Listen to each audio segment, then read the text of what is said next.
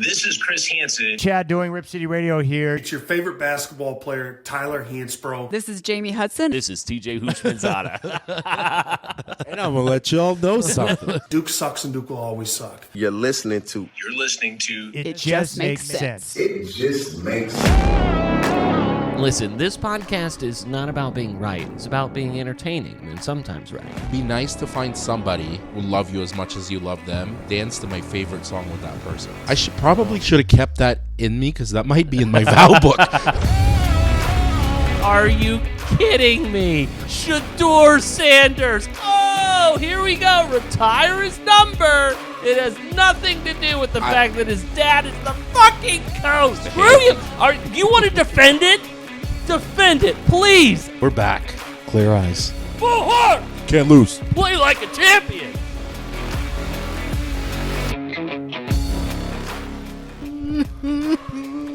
Winning week, baby.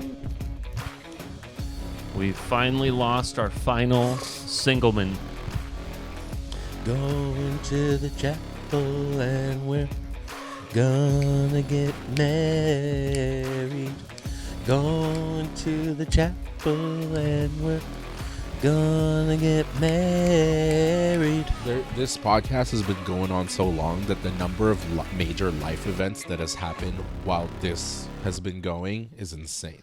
You weren't even in a relationship at the time, right? With Ashley. I was. In 20... When Yeah. we 20? when we started. Oh, okay. Yeah. But like you've had house purchases, kids born into this podcast, Other houses. weddings, Yeah. other houses, all kinds of shit. Deaths. Yeah, you done died. Yeah. Major life and death events. You know what's going to be such a bummer is that like now we are a married podcast. Like all of the single ladies are going to just be of which nosediving. there are many. Yeah. Well, actually, do you think that like it benefits us to be unattainable? Yeah. Yeah. We have like a what they call a cool indifference. The number of messages we've been getting being off the market has been overwhelming. God. Listen, I was never one to attract many. I will just put it out there. But it was Attract men or many? many. Okay. Yeah. I know you'd be attracting some dudes. That's true. But it always seemed like whenever I got into a relationship, you always find out about people who liked you. You're like, wait, hold on. Like, since when?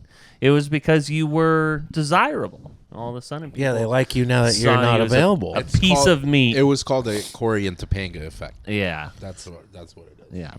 Well known in science journals as The Corey and Topanga effect. Yeah. If our dumbass viewers read a book, Yeah. or Read a book. legitimate articles, you would know that. Read a book. Wedding week for Juan Miguel. Wedding week, Wedding dude. week. Love that. Your toes look great. He's sporting the toes. I don't know if you can see it on the YouTubes. Yes, you can. I make Toes look I make great. people pay for this shit, okay? They're not seeing this shit for free. Yeah. Yeah, we're going to have to get people on the Patreons and the Substacks and all the extra add-ons. Start a Twitch for my feets. So maybe this was just a me thing. Maybe I'm selling myself out here. But I don't know if you guys ever went to a counselor when you were younger. Yes. And Like for school? yeah. Yeah. And they had a chart of cartoon faces that were expressing different emotions. Sure, yeah. You know what I'm talking about? So there would be like an angry face, Yeah. a confused face, Sure, a yeah. happy face. Yeah.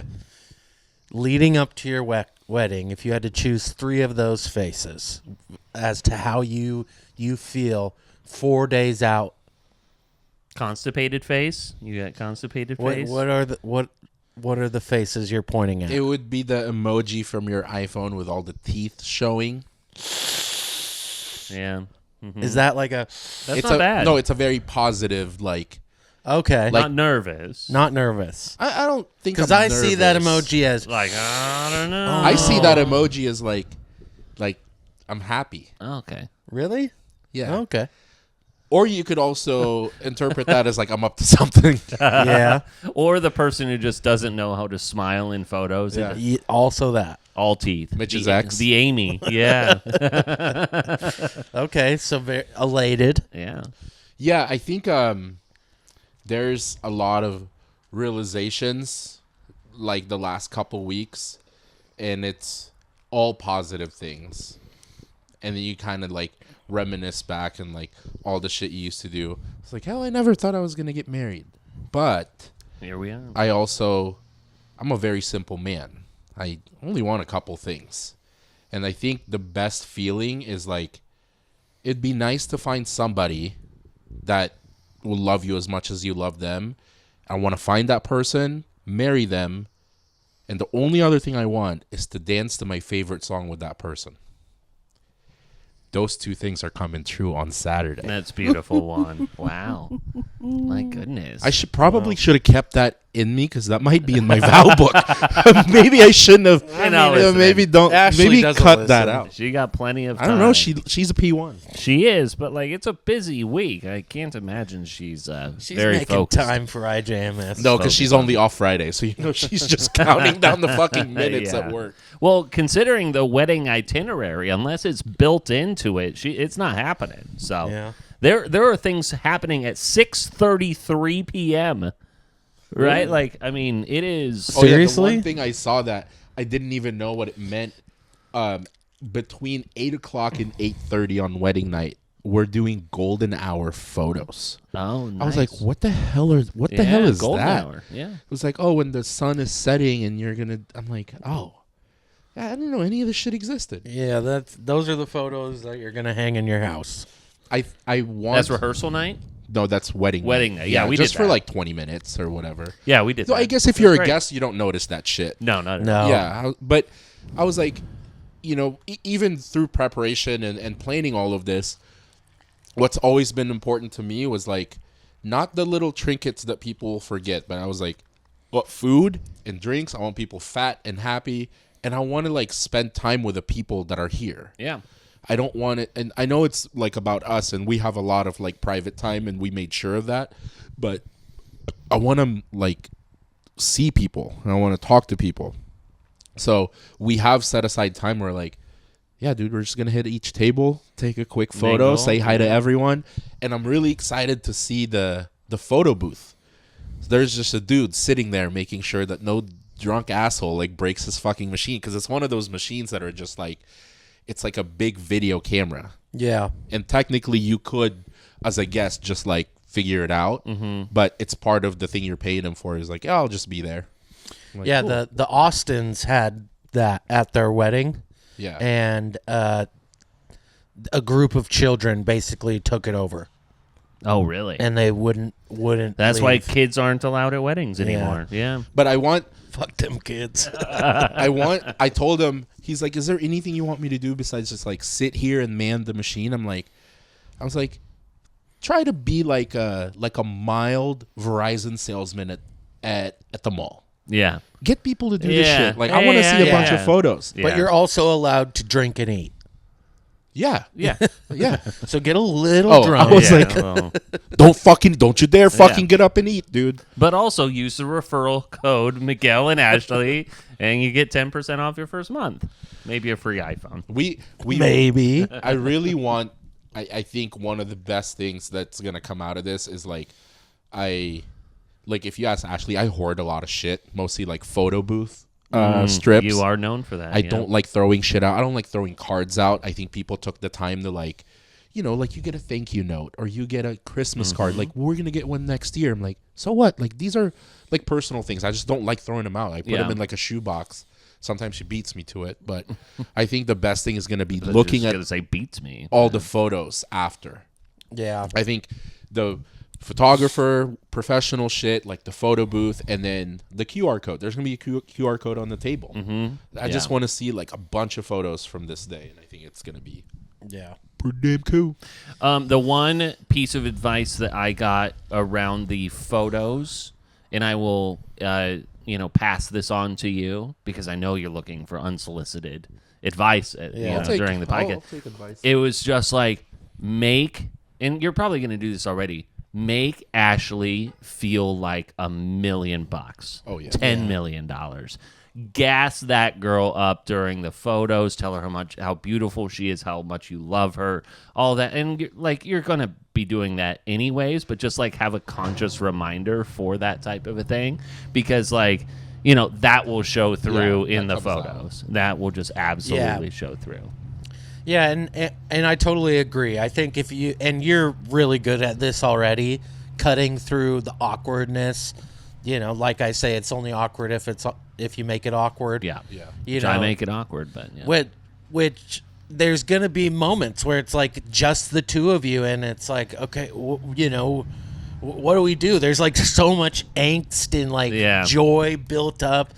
All of a sudden, you're making small talk with your soon-to-be wife. with somebody you've been with for years. Yeah. And it's like, so, what do you think of the weather? What do you have for breakfast? So just like cutting through that, and which I know you are very, very good at. I think that might come naturally, where I just like lean over and be like, "Look at this fucking bozo." Yeah, exactly. Jesus Christ.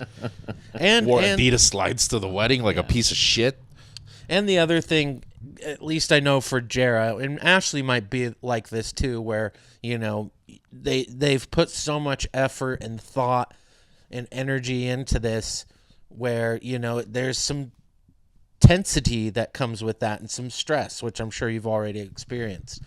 But, you know, really encouraging her and yourself to, once you wake up that morning, to just let it go. Yeah. Jesus, take the wheel. This has been a conversation for like the last 2 weeks. And I'm like, you know, there's a reason why, number one, we have a coordinator that we paid to do a lot of things. we got a text message from her. Yeah, and she's so on top of it. And I'm like, we are not, like, at least maybe I would just for like emergency in case somebody reached out to me. But I'm like, you're not going to like look at your phone. Not at all. You know, wake up, like as soon as you wake up Friday and then you get your makeup done and all of that stuff, I'm like, you're not going to have to do anything. You're going to wake up Friday, go to your makeup appointment. I'm going to go drop off Mookie at daycare. I'm going to put everything in the car.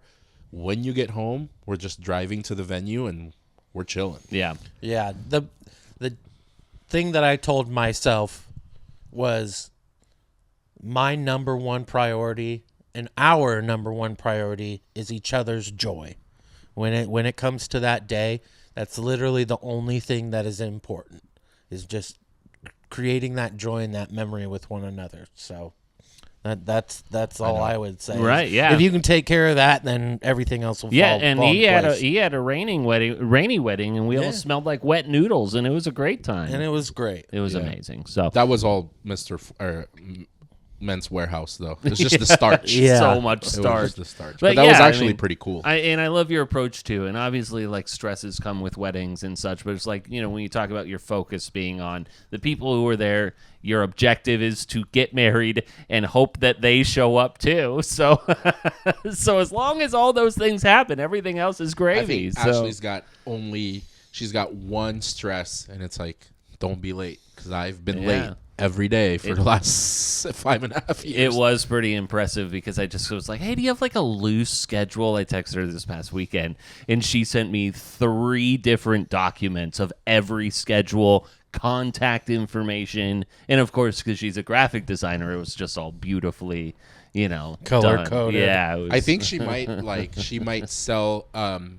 Actually, it was the photographer that suggested all the formats or the landscape of what you're putting your invitations and all that stuff on. Sure, yeah, your Like templates. the templates, selling it to Etsy. Yeah, I mean, you can people put to that use. up for sure. I mean, because then that's just free money at that. All that, at the that point Canva when people binder buy that it. she made, the same thing that you got, that went through all the vendors. So there's like everyone's on the same page. So people know who they're getting texts from. Our coordinators on top of it. But as much as she's worried about me being on time, I have not been late to anything wedding related. You said meet at Chef's Store at 1 or 12:30. Yeah, I was there at 12:29. He was. I was the one who was late. I was there at 12:29, baby. Yeah, we got to get checked out by Kirk. No, who I was just awkward as hell. Shout out Kirk.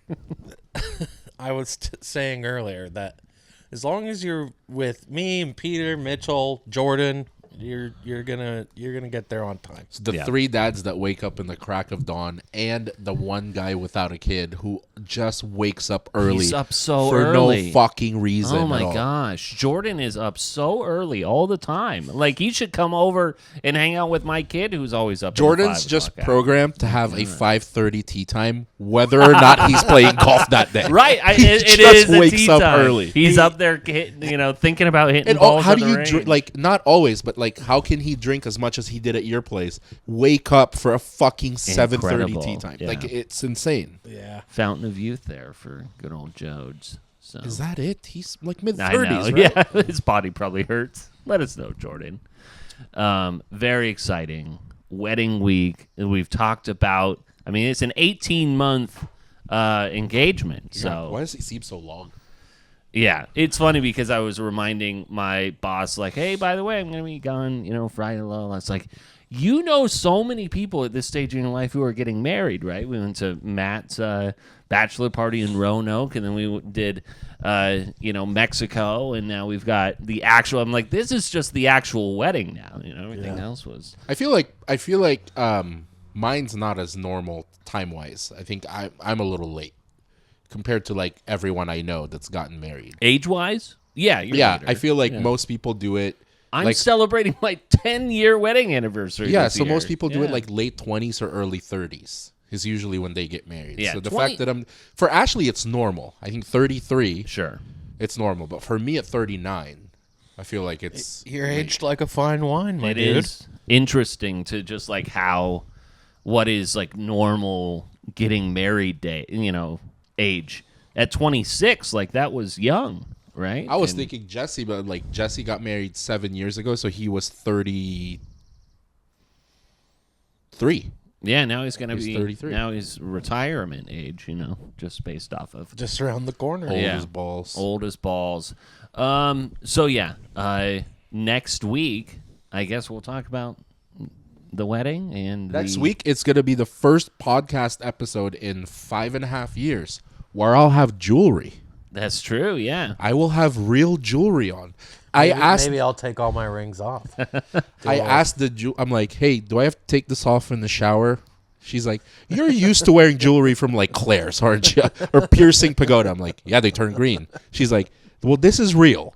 Like, Yeah. It's not going to, Yeah, it's you're not going to get encouraged messed. to wear it in the shower so it'll not stink. I know, I got a gold band, baby. Yeah. Oh, My first real jewelry. Mitchell called me out because I hadn't been wearing my wedding band because I took it off during our. Sex with somebody else. I mean, like you can During literally our tell sex with somebody coital else. with somebody else. No, it was when we were in San Diego and the travel and then all the eating and drinking and then I was like Sex a with little somebody else. I was a little bit drunk at the time and I got like kind of a panic attack. I'm like, I need to get this ring off because I feel like the walls are closing in on my circulation. So I took it off and there you go. Just in time for a 10-year anniversary. I will have Rip it. this ring off of me. I will have it back on this weekend. So We'll see. yeah, Get it polished. heard get it here clean. first. Heard it here first. Maybe I'll just do the entire episode next week like this. Yeah, we'll turn up the lights, get some extra bling in Yeah, here. get So some shine. I will say though, usually when I go to weddings, whether I'm in the bridal party or what have you, it's a time for me to take advantage of like getting dressed up, and I'll get nice cufflinks or a Bling it up, baby. tie clip. But with the barong, I've got to find other ways to do it. So I'm I trying know. to get, Yeah, what are the accessories that one? I don't would wear know. with it I for thought wrong? about wearing a watch, but yeah, it also meant that I was going to have to buy a watch. Just buy said watch. What yeah. kind of watch would you want to wear? Because I have a watch collection that I do not touch. But before I even got to that, I was like, the barong, for me, the sleeves are pretty baggy. Okay. So it wasn't going to show the watch anyway, so I didn't want to like constantly like do this and have it show. It's see-through. No, like not the cuffs. Oh. Like I it get was what you're going to saying. cover it Yeah, yeah, anyway, yeah. so I'm like, maybe I won't. I was just trying to find a reason because when we go to Jared to get the rings and stuff, there's an entire section of watches there, and it's like Tag Heuer and Rollies and. Yeah, you've had your eye on a Tag Heuer, it sounds like. Yeah. And she's like, do we really need that? I'm like, it's really nice. I like When it. do you need a watch anytime? I don't know. I've always liked watches without buying them. That's what I'm saying. You buy a watch because you want to buy a fucking watch. I know, and I would wear it in the wedding and never again. Really? Especially if they're that expensive. Yeah. You don't think that you would wear it long term if it was like super expensive? Dude, I'm already going to be worried about wearing a fucking ring every day. Yeah. You'll be fine. You'll get over that. You got to get over it. And the Tag Heuers have really good warranties. Yeah. Maybe. But So the do it, warranty. bitch. Yeah. Maybe next wedding. At a certain point, I'm probably going to go back to St. Thomas, where my Patek Philippe, my honeymoon was. $200,000 watch.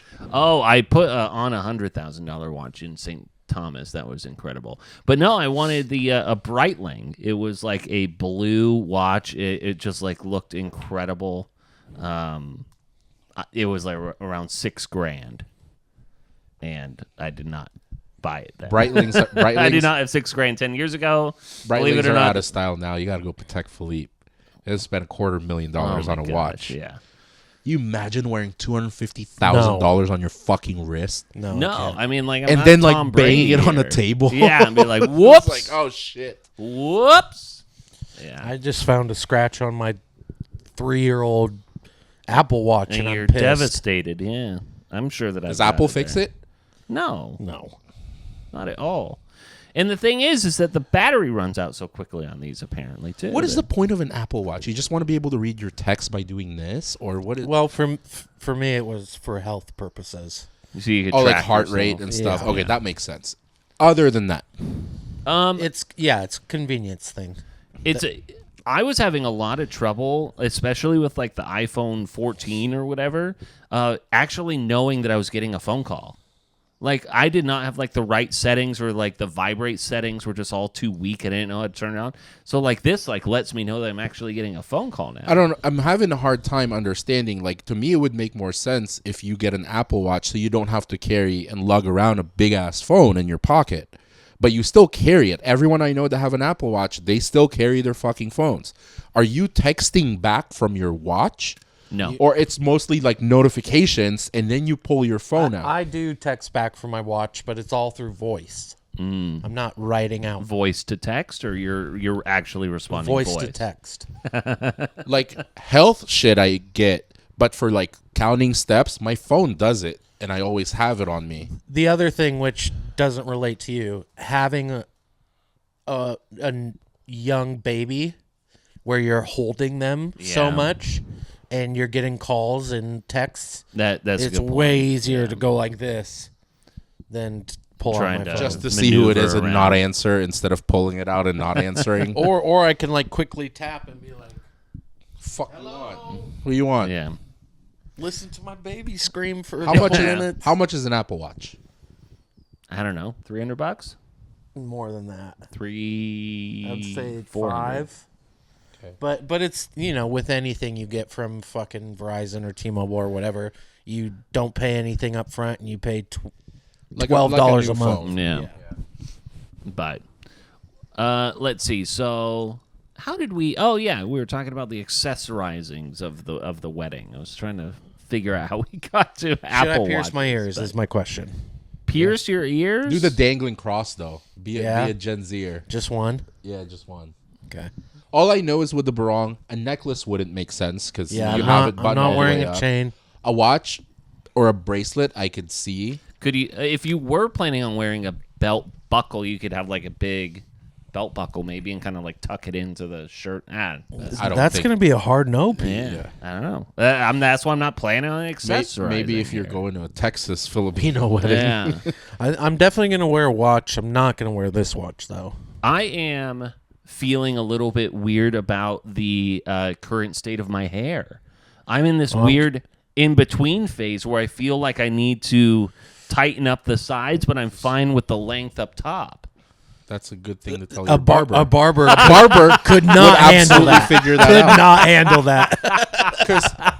There's no way. I know this is crazy, but let me tell you. I can imagine telling a barber, like, I want a little bit tight with a taper, but keep the length. And I can see a barber going, wow, what the fuck? It's not a full haircut. I'm sorry, sir. I shouldn't have come in.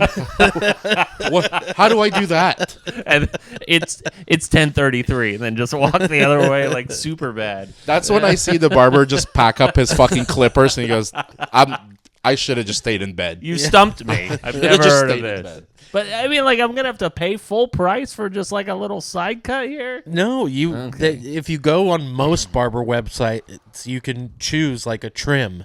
Okay. But Yeah, speaking of haircuts, I think I talked about this on the podcast. I've been going to this new barber in Kaiser, and he makes me just a little uncomfortable. Right? Yeah, you were. He's an oversharer. Is that right? And he's like over sexual. Right. Yeah. That's right. Yes. So oh, he's yeah. like He's got a very sexual. he's like that barber who trims you up like in the back of your head, and he goes, "You want me to just take it from the back? No. You want me to just take it from the No, back?" he's a little bit of a womanizer. Yeah. Like he had YouTube golf on the last time I was there, and we started talking about Paige Spiranak, and he was going on about the things he would do to her, which That's my kind of barber. amongst friends, maybe. Yeah. Sure. But this is my second appointment with you, and you're telling me the positions you would fuck Paige Spiranak? Yeah. Is that Which a was? No, thank you. Is that a comb in your pocket? Pile driver only. Pile driver. Anyway, If you're not comfortable with this barber, one of the best barbers I know of in the state of Oregon is where you're at. You should be hitting them up, man. Because if I lived down where you are, I would be going to fucking Eric. That's who would. so cut my I've hair. heard about Eric. Tolento, E.T. the barber. Is that the guy who cut Austin up on his wedding? Yep. Yeah. So E.T. knows Cisco. Cisco and E.T. are like best friends. Yeah. E.T. knows Amar. He knows Austin. He used to cut the Blazers. Yeah. He is one of the best barbers in the state. Right. Yeah. I think he used to cut Dame. Yep. Right. And then So- he like splurges like for my wedding day. That's when Austin got it. And I'm pretty sure Jara has connections with him from other friends. He's booked out. Oh, yeah. He's got a Yeah. lot of clients. Yes. So I trust me, I've looked him up. You got to be 3 months ahead with that So guy. that's like my barber's the same way, but I've just been. Yeah, you're his friend at this I'm point. one of the VIP like from 10 years. So he gets me whatever I need him to. But that's the same thing. It's the same thing with Eric. Yeah. So this brand new barber opens up 200 yards from my house. Oh, from your house, not from the sexualized guy. I mean, yeah, same distance. Oh, We're okay. all pretty close. Got you. Okay. And- right next to the Burger King? Right across the street. No way. Yes. Wow. So I'm going there tomorrow Shut for the first time. Front door. Yeah. You're trying out a new barber? Yes. That's always a little.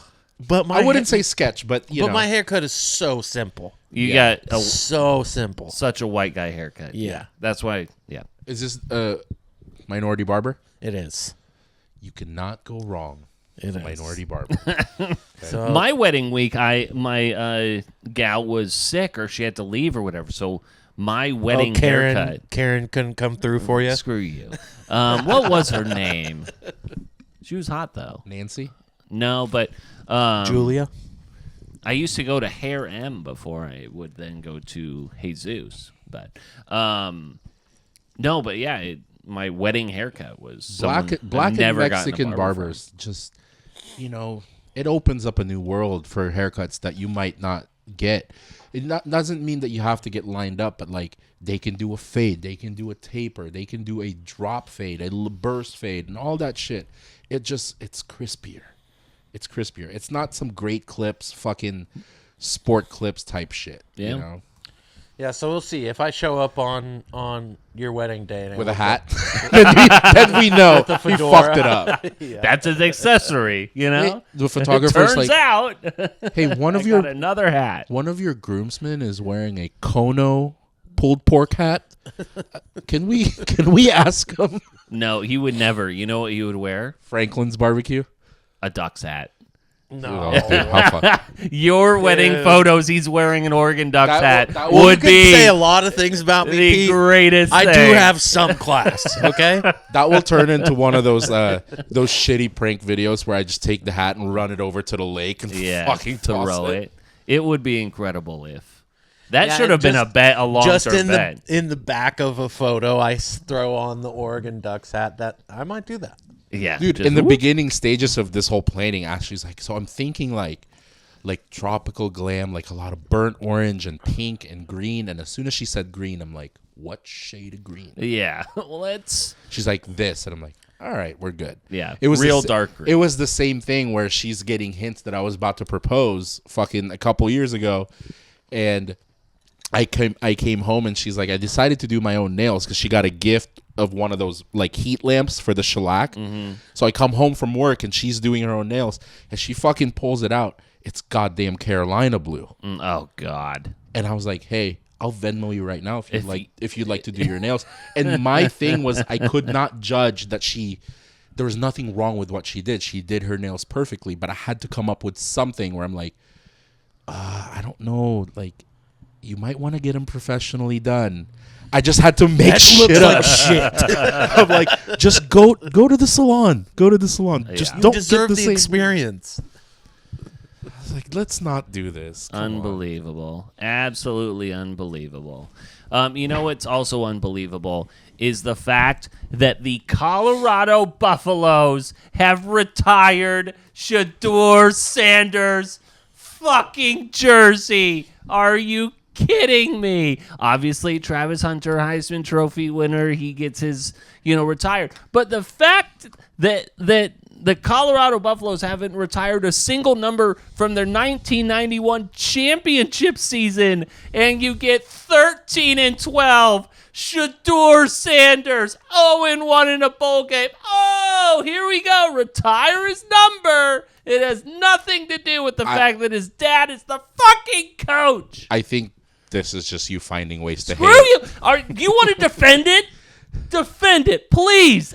Defend Shedeur Sanders getting his number retired. First of all, Pete, calm down. I know that's true. You're Sorry, just, I have the headphones on. I have no idea how loud I'm yelling. I honestly think that you have been waiting for another reason to hate on a black quarterback. No, don't you dare do that. Another black man succeeding. Shut up. I get the fact that Travis Hunter he's a Heisman Trophy winner, but it's No, too quick. That's by the way. That's what you don't. Still too quick. Tim Tebow, let's look up and down. Joe Burrow, Tim Tebow, fucking Eli Manning's number was just retired by Ole Miss. But that's what you don't do, it's though. Crazy. You don't rag on Sanders and then hold your ground. Don't say that it's okay for Travis Hunter.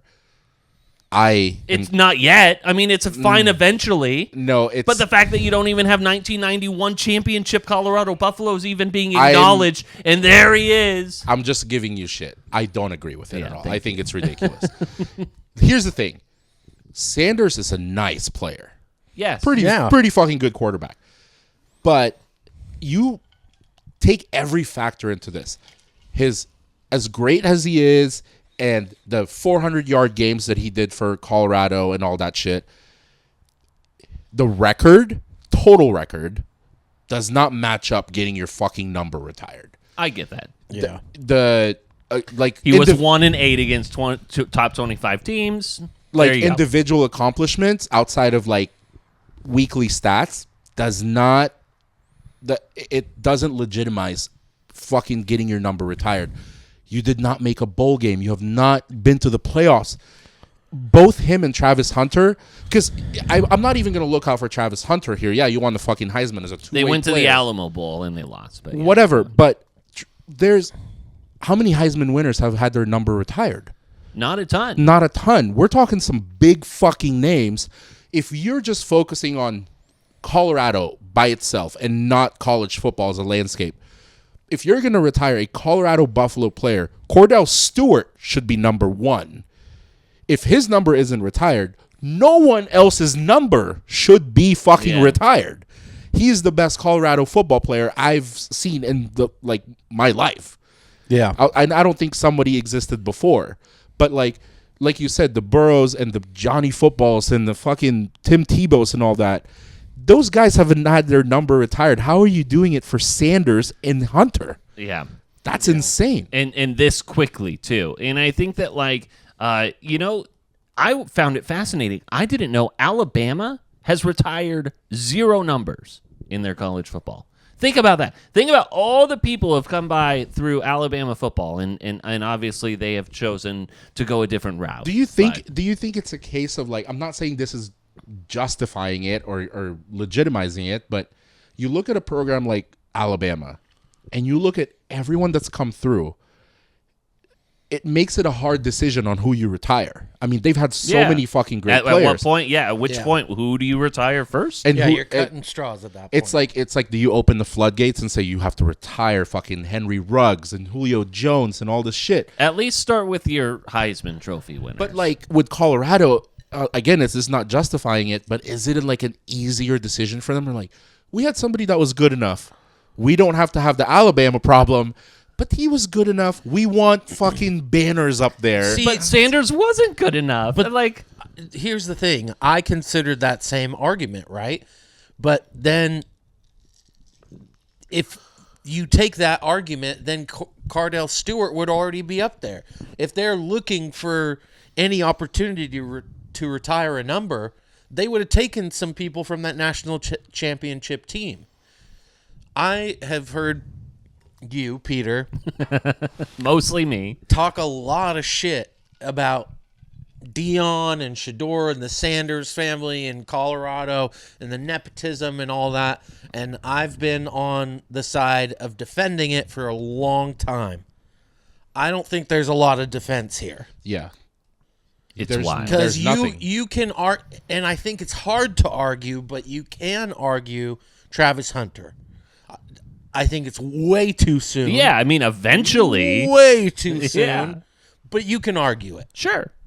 Shedeur, that's just nepotism. Yeah. But it's but it was the AD who had to sign off. Bullshit. But I think the bad part of it too is outside of what they did in the present, it sets a bad precedent if you're going to do it like this. Because what happens when you have a quarterback come through next season or the season after or the season after, that's twice as good. That's twice as good. And you're like, okay, then this guy now has a fucking argument. Like, well, are you retiring my number? Because I was Shedeur Sanders times 5. Yeah, it was better. Yeah. And you're setting a bad precedent for your program here. Not only, and then when you think about, too, this, like, new era in Colorado, and yes, like, Sanders and Hunter, and, like, they made Colorado relevant again. We get that. However, when you're like trying to maybe even like extend an olive branch even to some of your legacy guys, like this is the opportunity to do that. And this is just like a big double middle finger to all of those people, especially again, like you said, like Cordell Stewart, and then everyone on like the 1991 championship. I think didn't Cordell Stewart wear number 12 as well, though? I don't remember his number.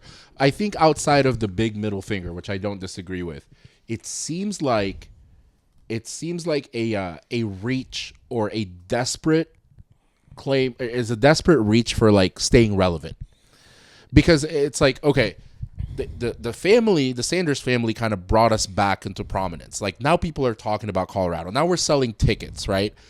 Now we just lost. I can see Colorado looking at it this way, not to back them up at all, because this is fucking stupid. We're losing Travis Hunter. We're probably never going to get a player like Travis Hunter ever again. We're losing a Sanders quarterback. And it seems like a really dumb clickbait move. Let's just stay on the fucking headlines. Let's do something to just get people one final grasp. One final grasp to just keep people talking about us, because people will be angry, but any publicity is good publicity. Let's have Cordell Stewart speak his fucking mind about this. Let's have the 91 championship team speak their mind. Yeah. It's stupid. Stay relevant, whether it's negative or whatnot. But it's bad optics. It's terrible optics. And it's also bad optics when you're heading into the NFL draft. This week, we are going to have the NFL draft. obviously there's been a lot made about the draft stock of Shedeur Sanders. And when you see this happening, it looks like, what do people, teams, organizations have to do to placate to these people, to stroke the ego of, and I don't know if Shedeur was asking for it or whether his dad was the one who was doing that. By the way, Dion taking just like the LeBron James playbook. Oh, I had no idea. It's just the AD. Just deflecting any sort of responsibility. But like, this doesn't help Shedeur Sanders out. If I were him, I'd be like, let's pump the brakes on this right now, because right now, like, are you thinking this helps your draft stock? It makes it look like you are even that much more high maintenance, to where you need to be acknowledged for everything that you've ever done, regardless of your 13-12 record, 0-1 bowl record, your 1-8 against top 25 teams, and here you are trying to make a case to be in the NFL. You look high maintenance, and I would stay as far away, regardless of people this week trying to turn the narrative and be like, well, let's look at the last 10 best quarterbacks. Were they drafted number 1 overall? Oh, no, you've got Tom Brady and Patrick Mahomes and Josh Allen. Like, fuck off. Like, this isn't going to all of a sudden help you. I think it's a... I don't think it's going to... I think it's going to affect the draft stock. I think not to the degree that you think it will. Because I don't necessarily agree with how some of the NFL owners approach this stuff. But these guys are so fucking out of touch that it's like you draft somebody where somebody's talking about them. It's like the same case as like it sells tickets. You're almost risking your fucking franchise because you're going to get a season out of it. Because Caleb Williams was high maintenance. Yeah. Super high maintenance. He still got drafted. Shedeur Sanders is still going to get drafted. Is he going to do as well as he thinks he's going to? I don't think so. I think he'll be good, but I don't think he'll be good right away. It'll depend on the situation he ends up in, the team, the franchise that he ends up in. But I think ultimately the owners are like, yeah, we'll fucking sell tickets. People are talking about you. The last name carries you. I don't know.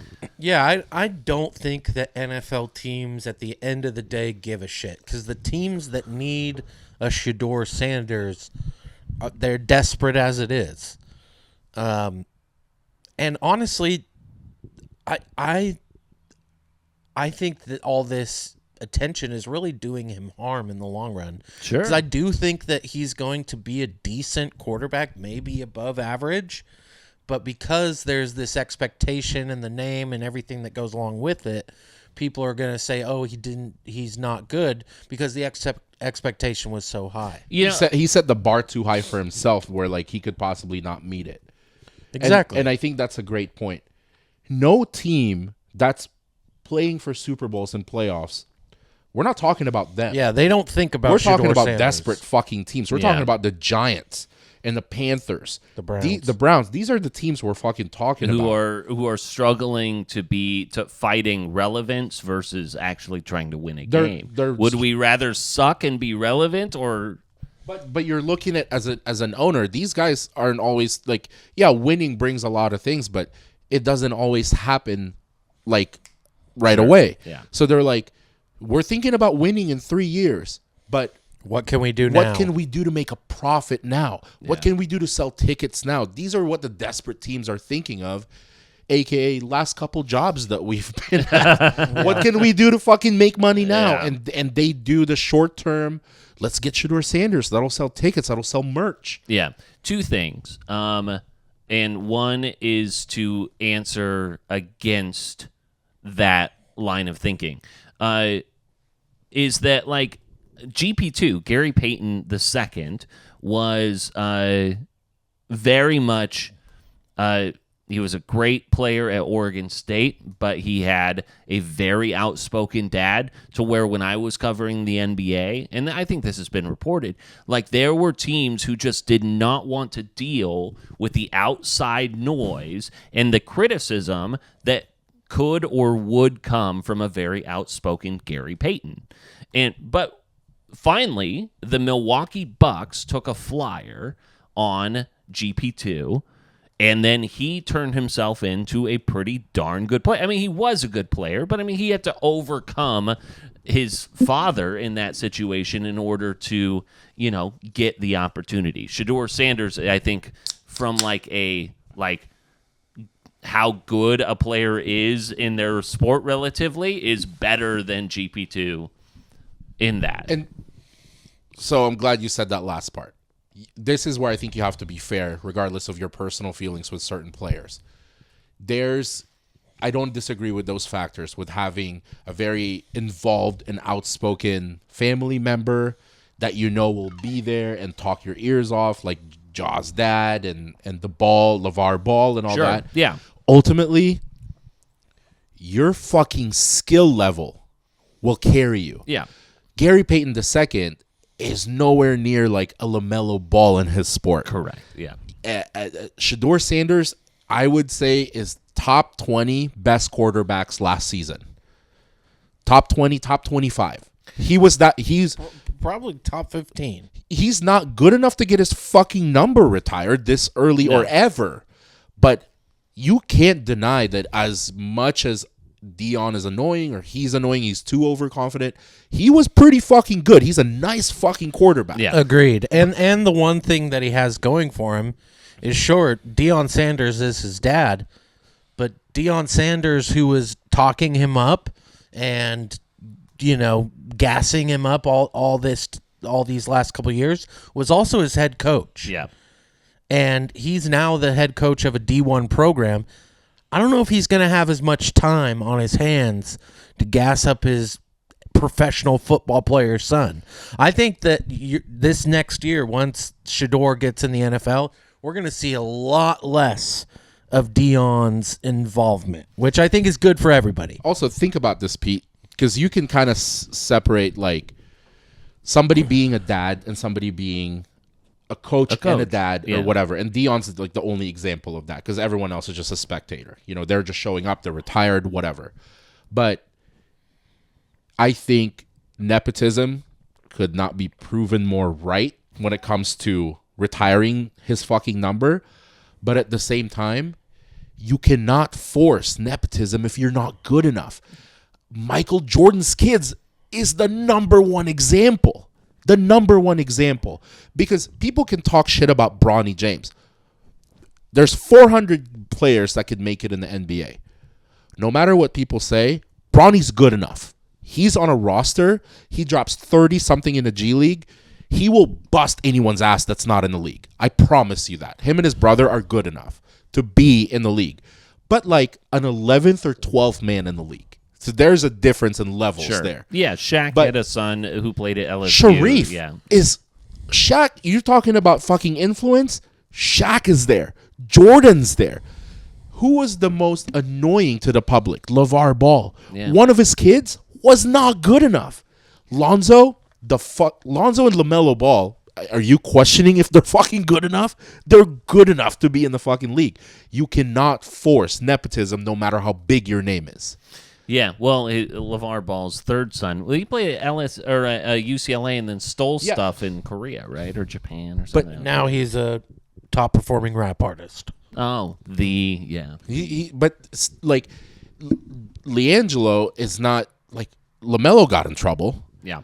But LaMelo's fucking good. Yeah. He was the only brother. LiAngelo was the only brother who was not as good as the other two. Yeah. I think that, and this kind of brings me to my second point about Shedeur Sanders and this year's draft, which is that what is in vogue this year is the mobile quarterback. Whether or not that long-term works out in the NFL, what is in vogue this year is a mobile quarterback. Shedeur Sanders, not a mobile quarterback. A very accurate, like some of the ways that he threaded the needle in college, which I doubt he would be able to do in the NFL, very accurate for that scope. So I think that like what we will end up seeing, and I could be wrong, I'm likely to be wrong, is that he will slide more so for the fact that, because I think that like NFL teams can manage antics and big personalities or whatever. That's what they're designed to do. Is the fact that this year what is in vogue is more of the mobile quarterback. And you're seeing that with like the Jalen Milrose, for instance, like shooting up draft. I don't disagree with that, but and again, Shedeur's NFL career is to be determined.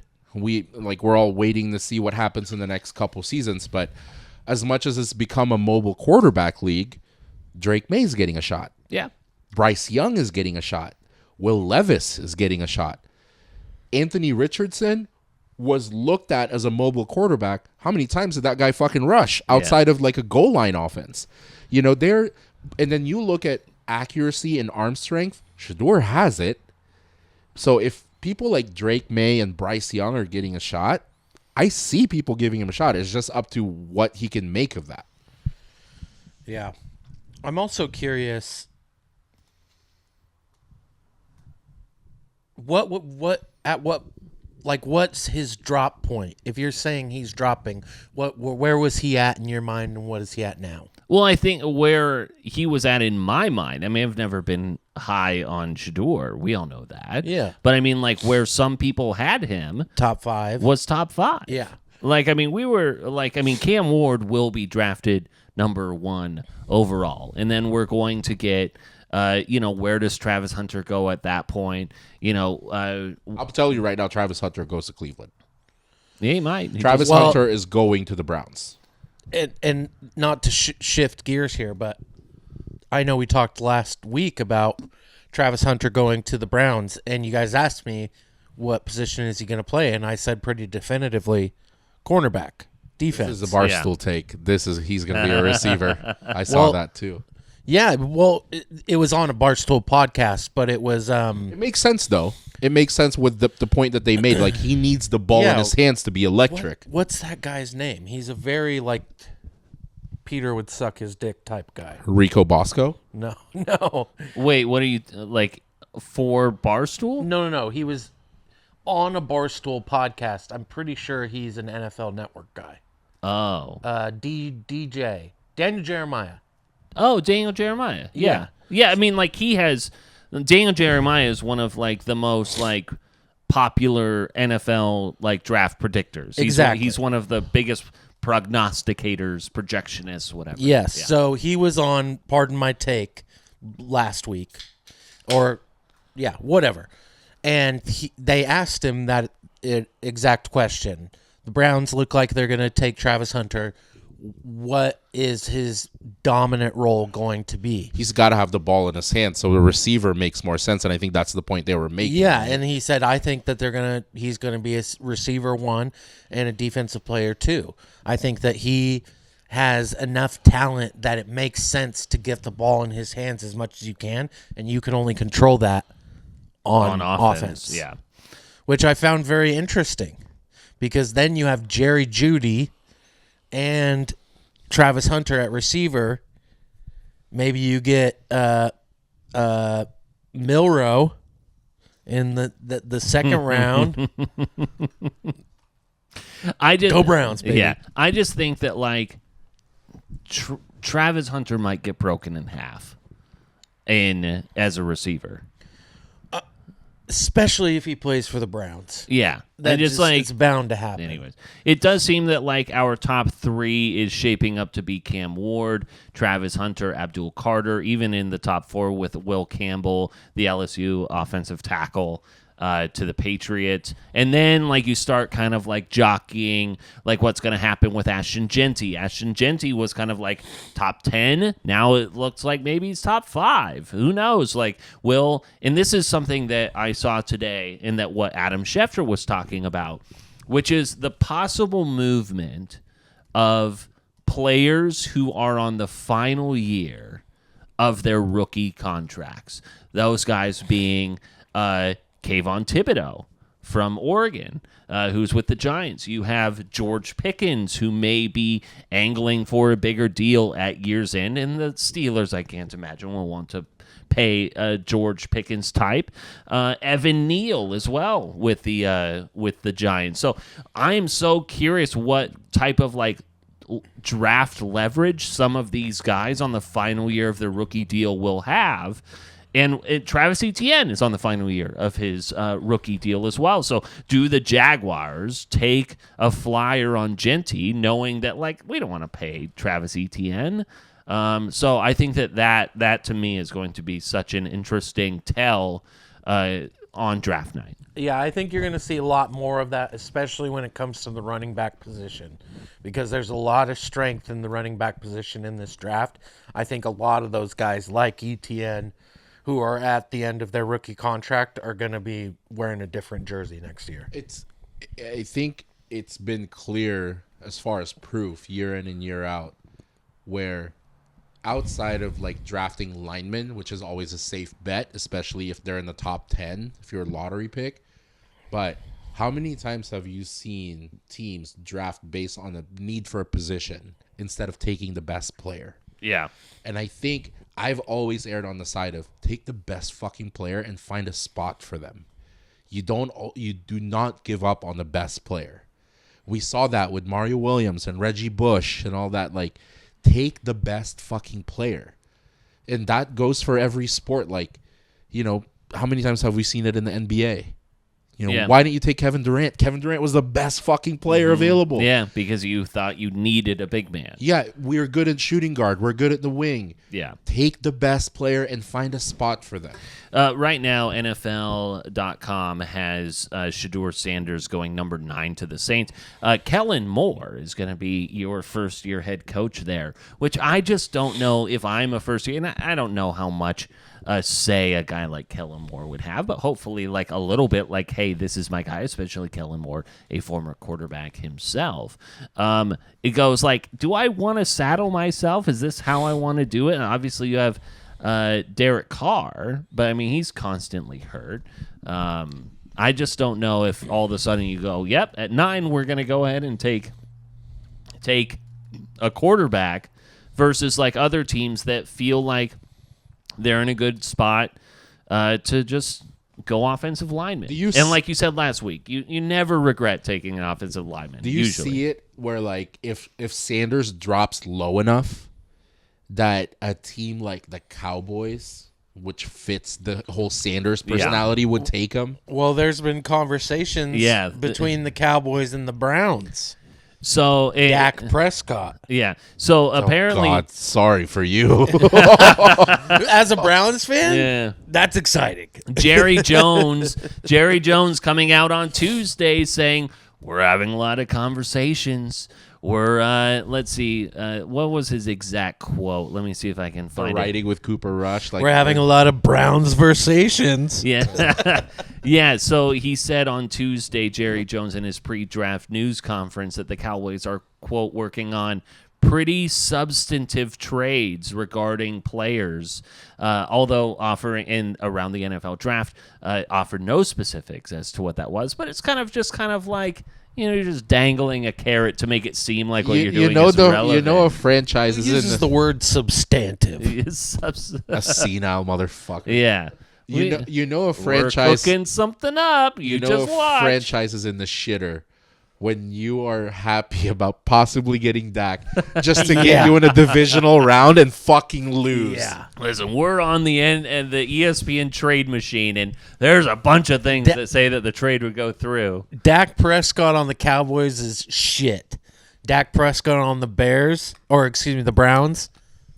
That's how much do you Turning want to on- be paying quarterbacks? Like, honestly, So much. How much of your cap space So do you much. want us to be to As soon as quarterbacks that don't get hurt as soon as and he do signs, nothing? as soon as he signs with the Browns, he's gonna start getting massages and he's fucked. the Browns leadership can see 5 inches in front of them, no further. They need Kevin Costner from draft day to make some moves. Yes, that's our only bring hope. him back. That's My our only gosh. hope. Yeah, just to like wheel and deal. That's been shown on TV like 5 times in the last 2 weeks. I've watched it every time. Yeah. I love the wheeling and dealing. Come on, Tom, you pancake eating motherfucker.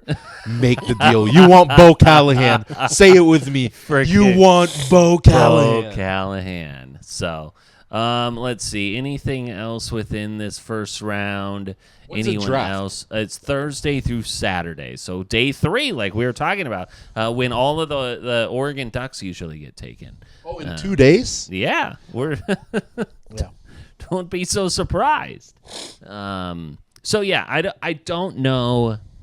Obviously, no one knows, but I'm curious about like the chess playing that seems like could happen when we've had very like formulaic ones in the past. I believe last Agreed. year's was pretty straight down the line. Yeah, you can list out at least the top 5, sometimes even the top 10. Right. Yeah. You're just like, okay, here. And I feel like the top 4 is pretty locked in.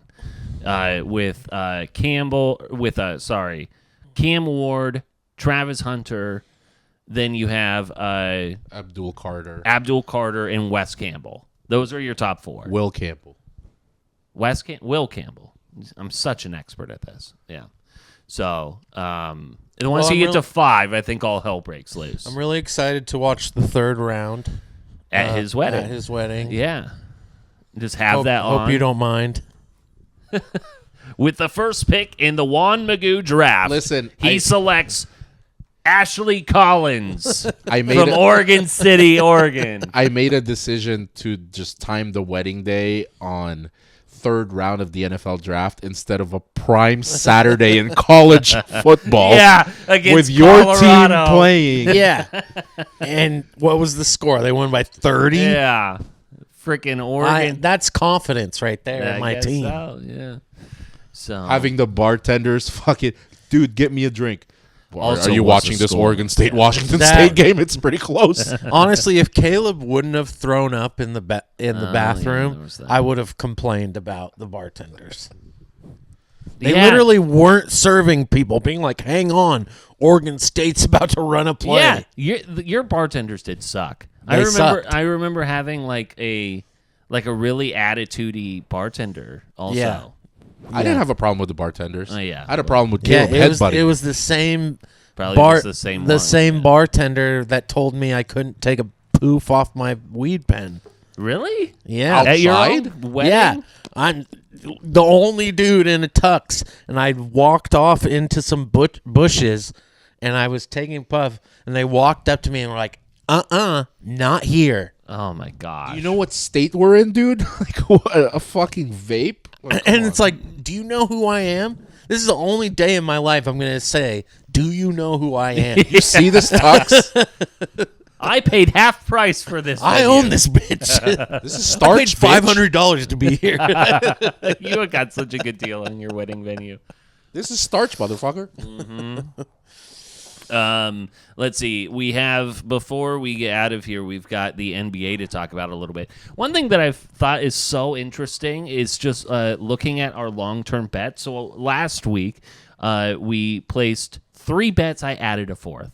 I hedged all of our bets, and I just put the Boston Celtics as a 4th bet. So we're in for $20 each, $15 total on the Celtics at plus 190. Then you had the Nuggets at plus 4,000. You had the Warriors at plus like 1,600, and the Lakers at like plus 1,800 somewhere, maybe like low 2,000s. I like the Warriors on that. I like the Nugs. I don't know, dude. Kawhi is going off That's not going to last. Yeah, so unless he gets hurt. what's interesting is like, you know, you lose like Lakers lost 1 game. The Nuggets lost 1 game or whatever. And like all of a sudden the buyback on that went from like $13 to $3. I'm like, it's 1 game, guys. They Like, think we're why- stupid. Yeah. It's a- You think we're dumb, DraftKings? It's a game 1 overreaction. It happens every fucking year. Dude. It was interesting. And What then if all 4 of our bets lost in the first round? We'll win at least. We'll double our money at least because the Celtics are not losing. the Lakers are up by like 20 points against the Timberwolves in Game 2. Game 1, Anthony Edwards was chirping at a fan. They were going back and forth about like, oh, you make this much money, you don't deserve that, blah, blah. And Anthony Edwards was like, I got a way bigger dick than you do, dude. Got him. And they got fined $50,000. So Can you imagine, like, I say that, I say shit to, like, shit talk all the time. Imagine Yeah. getting fined $50,000 every time you say some off-the-wall shit. got a bigger dick than you. There, you get a Hey, you get a Venmo request For $200. That's equivalent to I would, $50,000. Right, it's I a would one never for have one. to be concerned about that. I'm never making that joke. I'm never making that threat. I don't know, the Warriors, man. They look good with Playoff Jimmy. They look good with Jimmy. Playoff Jimmy. Their downfall is gonna be Draymond doing too much. Yeah. If he does a little too much and gets a tech and loses a game that way because of a fucking technical foul shot, that's their downfall. But I'm not saying I'm not confident in the Nuggets, but like when you see Kawhi, not the load management, Yeah, Kawhi's resting- actually playing now, huh? Kawhi healthy is a scary fucking Yes. player. I dude. mean, like, I've wanted healthy Kawhi forever, and it just seems that, like, Yeah, but can he put 3-4 games together? right, when is the that's need probably why all of a he sudden? never played in the regular season, so he Yeah. could fucking do this. Well, I mean, but honestly, that narrative has not played out 3-4 years in a row. Yeah, like, I this think guy. the safe bet is to assume his legs will break any moment now. And we'll just be like, what happened? Like, you're glass. I like him, but I mean, I like him too, but you can't depend on him. there's also another thing that I feel like the Clippers have figured out after watching that game last night. Because if you watched the game last night, it was close. You can't stop Jokic. You're not going to be able to stop Jokic. You just got to turn your attention to somebody else. But it was a close enough game, and they knew that Aaron Gordon killed him in the first game. I feel like the Clippers have figured out if you stop players like Aaron Gordon or Michael Porter Jr., Right, yeah. then Make you, your ha- other then you have a guys solid beat you. chance. Yeah. Then you put yourself in the position to have a chance at the end of the game. If you have a healthy Kawhi and a James Harden at the end of the game, you have a really good fucking chance. That's the only thing that scares me. And the sports books agree with you because the Nuggets were at plus 4,000 when we got them. Even after they lost game 1, I think that they jumped. Right? Or did they win game 1? They won game 1. They won game 1. So they won game 1, they jumped to plus 3,000. They lose game 2, and now they're at plus 5,500. So, like, this is Double down. all over the place Double down. with the Nuggets. You've got the Celtics and the Thunder more or less staying pat there. The Cavs straight down the line. We'll plus win at 600. least $40-something with the Celtics. They're not losing Yeah, to and the that Magic. was kind of the thing. I was like, well, you get your hedge on, you get $44 back. You lose overall like $1. So. And we took the Thunder. That was the 4th one. No, No. we didn't take the Thunder. That wouldn't have Our returned 4 it. are the Celtics, Warriors, Lakers, and Nuggets. Oh, okay. We make the best money out of the 3 outside of Boston. That's where the most return. Right. But Boston is kind of like the ultimate hedge where we had $45 in each. Well, no, we're still all very down, I think. No. Okay, whatever. The math will math at some point. So I'm going to assume that money's gone. probably We're wise. basically Probably because you wise. did 15 on each, right? 15 on each. So we're in for 60, 20 Yeah. each. We're gonna win the Boston one. That pays like $44. 44. So Unless if the the Thunder wins. if the other Unless the Thunder win. Yeah. oh, is this for the championship, not just the Yes. series? Oh, never mind. We're fucked. Yeah. I mean, what, you thought we were just going series Yeah, on these? never mind. Oh, my God. You think we're bitches? Yeah. I mean, Yeah, we're down 60. Yeah, we're down 6. We're down 60. Conference winners here. Do we have? Don't even worry about it. No thanks. we just lost. No thank you. And if we won, then that's Taylor bets, guys. I mean, it's great. Yeah. Well, you guys should have tailed with me because I took Justin Thomas to win last weekend. Oh, you did. Won $480. No way. What the fuck? $25 to win $480 to pick the winner Why of is the this the RBC first time? Heritage. Yeah, when did Wh- this Since happen? when do you not share those types of bets? And how did you decide that Justin Thomas was the guy? Because I know that he's like... I don't know if I believe this. You text all I the time. listened to I listened to a golf podcast, he is unemployed now. So and he's got time. Which is why he had time to text us. Yeah, it's true. I listened to a golf podcast and said that he has the best chance of winning. So I took him at plus like 600. You know why? He won? Is that your boy Xander Schauffele helped him with his putter recently? No, Xander got lost on the halfway house and had 3 glizzies and had to take shits. I'm not talking about this very tournament. I'm just saying in general. Also, I'm making this whole thing up. Of course you are. You son of a bitch. You motherfucker. Okay. Yeah, I just This- put $25 on it's Justin Thomas. I didn't know. It Like, stunk you've to done, high yeah. heaven. I should have. When he said $25, I should have known. You put $1 on the That's guy's true. Like, you son of a bitch. He doesn't have $25. Yeah, you're getting married. You've got no money. I've been closing my eyes at every card transaction. You think I'm going to put 25 on DraftKings? Please go through. Please go through. Justin Thomas. Who came in second? That one guy. Burner. Daniel, the stocky fucking Daniel Burner or whatever. He missed. Burger. Daniel Burger. Yeah, that's right. Whoever that guy was, missed couldn't even get close to the hole on that putt to win. And then, Justin Thomas. Dude, it's not really off topic of golf, but I know Braxton would know this guy because we watched the MTV Challenge. Mm-hmm. So you know the guy with the nubbin, Jordan? Yep. This guy, probably in my lifetime, is one of the best athletes I have ever seen. Yeah, very impressive. Like, this is a reality show that is very, athletically charged. And this guy just comes in and he does absurd shit. He's so fucking good. He has one hand. He has beaten people over and over with one hand. Because he's got a club. Never mind. Yes. Okay. I follow him on Instagram. This guy took up golf June of 2024. And granted, you have people like him and like my friend Morgan who gets obsessed with something and they just want to be the best at it. They just want to be good at it. Like Morgan does that shit. Didn't he get into racing? Yeah, he does fucking NASCAR racing or Formula 1 or whatever. Yeah. But he took up golf in June of 2024. He had a video the other day of him shooting par at a golf course. What an asshole. With one fucking hand, dude. He is birdieing. He's hitting eagles. I'm starting to not like him. How could you This be motherfucker. so good at everything?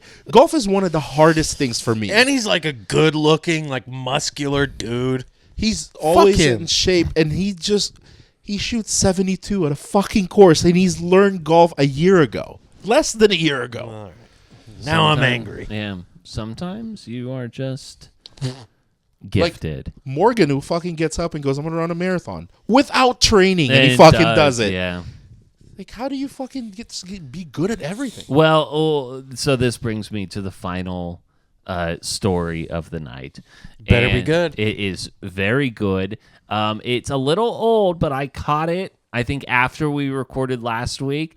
But when you talk about being gifted and good at everything and everything. Oh, it's about me? No. It was about Mike Leach. R.I.P. Allegedly once had to be talked out of putting a little person in the backfield and throwing him over the line of scrimmage in short yard situation. I mean, what do you need to know? What do you need to know, Pete? Missed opportunity. I mean, because he's not alive, he can't say that's bullshit. Because he's not alive, he can't say that it was true. And that's what I absolutely love, is that I believe it. Yeah. I mean, 100%. how can you not believe it? That Mike Leach had to be talked out of putting a midget in the backfield to be thrust over the line of scrimmage.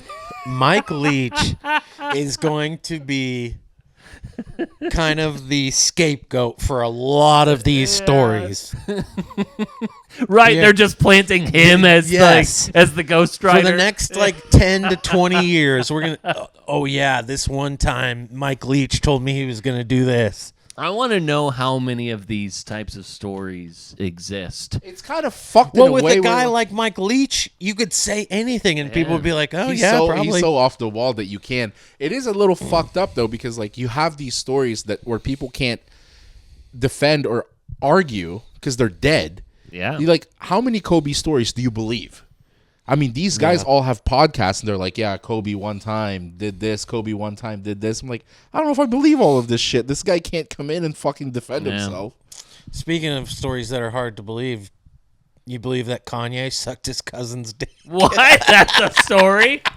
Yeah, Yes, I believe he posted on his Twitter, "Hey, this song is about that one time when I was 14 and I sucked my cousin's dick." That's what Kanye said? Yes. No way. Yeah. Wow. He is nuts. You still down with him? What do you mean? Are you still down with This him? guy tweeted that he supports the Nazis. Like, Yeah, who's well. been down with Kanye? Yeah. All right, that's it. Yeah. Final thing to validate, and I know I said that we were done at this point. Did you guys see the report that Lil Wayne was supposedly supposed to be in the NFL in the halftime show, the Super Bowl halftime show? He was supposedly supposed to be there? Yeah, he was supposed to do it, and then they announced that it was Kendrick, and the people at the NFL were like, "Oh, sorry." But because I guess Jay-Z's Rock Nation is producing it, but I think that the NFL was trying to get Lil Wayne to do it. I was right the whole so time. you were right the whole time, but Those motherfuckers. they were just like, "Oh, sorry, we have no control No, over this." they went with whatever's trending. Yeah. How many times have you heard about Kendrick since the Super Bowl? Too many. Your time's up. It's over. But yeah, so it would have made sense for Lil Wayne to be. He felt tricked, and he said that they fucked up. So, anyways, They did. you will not fuck up this weekend. Just write the vows, like really write the vows. Like, don't just like bullet point these. Write the vows. You'll thank yourself for it. I mean, I'm going to write it. That's not a question. I did. The only reason I'm saying is I did bullet points, and I wish I would. I'm done gonna better. write it. Yeah. That's not a up for debate. I went off the dome, and it was great. And that's the thing is like, you think I've ever written any speech I've given that's what anywhere? You need to do what's best for you. Yeah. For Peter, who's an analytical person and needs that level of organization, it makes sense that he had no I cards. think that's the same thing with Ashley. He's like, please don't wait till last minute to do this. And I'm like, you have to understand, like, I've given speeches in front of like 600 people. I have given best man speeches. I have not written anything down.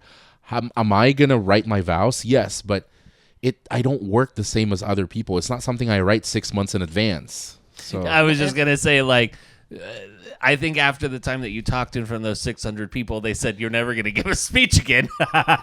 yeah, I mean I did, but not in front of that boss. Right? I yeah, just said okay. something at the end. Yeah, I did. There's the other side of that, which was you're never talking at this event again. don't wing it, and you just wait till the last second. You'll be fine. But I think if you are doing it the night before, nobody is gonna judge. Also, that. keep in mind, I don't have a choice, even though I wanted to wing it. I don't have a choice but to write in the vow book because they're taking photos of it. So there needs to be shit in it. Mm-hmm. So it's just going to say, thick cut pepper bacon, It's just a recipe Tillamook cheddar, Rocky Road. for pigs in a blanket. Right. Yeah. It's just your shopping list for next week. It just says spicy little smokies. If there's no spicy regulars, fine. Who would have thought? So, Oh goodness. I'm Well, very excited. yeah. Congratulations, Miguel. We love you. We're Thank excited. you. Yeah, buddy. Clear Gonna do eyes. this. Full heart. Can't lose.